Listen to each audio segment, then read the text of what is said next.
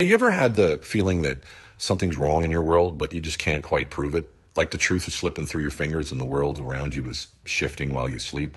Like your values, your vote, your voice, it's all being filtered, censored, and replaced somehow? Well, it's not paranoia. And guess what? It's not politics either. It's a system tightening its grip on our throats. And that's what's happening right now in Germany. And it's the clearest warning that I've seen yet. You might not know what the AfD is, but after this, you'll understand why they're so desperate to silence them. Because the same plan is already being written for just about every country. You've heard of the AfD possibly in Germany, and if you believe the headlines, you'll probably think it's some dangerous far-right party sweeping through Europe with hate.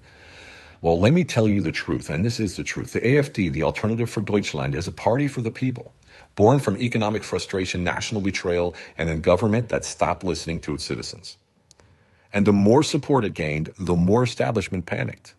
They couldn't stop the message, so they tried to smear it. Right-wing extremists, dangerous nationalists. Does that sound familiar?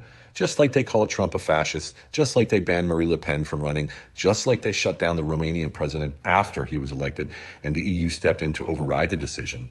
It's not just Germany, it's a pattern, it's a strategy. And my prediction, Poland is next. But understand this.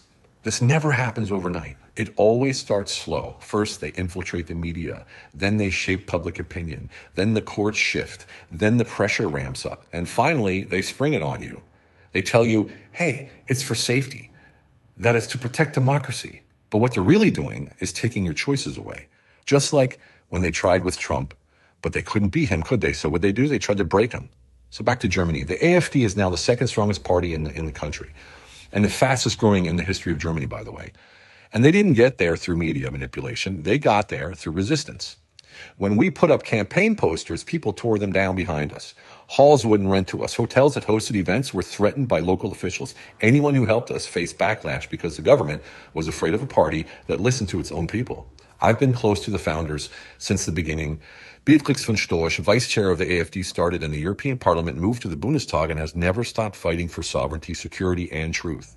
Her husband, Sven von Storch, has been the visionary behind the AfD from day one and remains to this day a kind of discreet master of strategy. He saw what this movement could become before anyone else did. He built a strategy, designed a structure, and stayed behind the scenes to protect the mission. I accompanied him the entire way since we began in 2004. Today, he advises leaders around the world, in Europe, South America, and North America, and is considered one of the most brilliant political minds of our time. But at his core, he's still the man who believed that Germany deserves to have its voice back. These are the heroes who began the work of reclaiming Germany and standing up to the globalists, and they're still leading from the front to this day. As an American who witnessed it from the very beginning, stood beside them and helped grow the roots that are now solid and strong, I have a responsibility to tell it like it is. And I've seen what it costs to stand in truth in a world that punishes it. Beatrix has had her car set on fire, her home vandalized. She's been chased, attacked, hit in the face with objects, all by people who say we're defending democracy.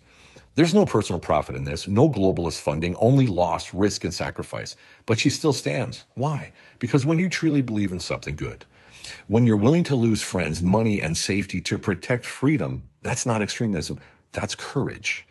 And in a time when most of the West is collapsing under its own cowardice, we should stop and ask ourselves why people like this are still standing. Because in the end, they're just people like you and I, fighting for the last bastion of self-determination. Look, I've watched Germany decline since I arrived back in 1986. So yeah, this is my perspective. But if you step back and look, you'll see it too. Something is deeply wrong, and the people who are standing up to it deserve to be heard. They're not extremists. They're exactly what Germany and Europe need at this time.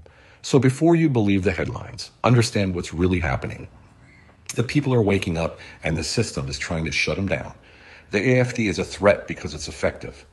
They don't want Germany to belong to the citizens. They don't want any nation to belong to its citizens.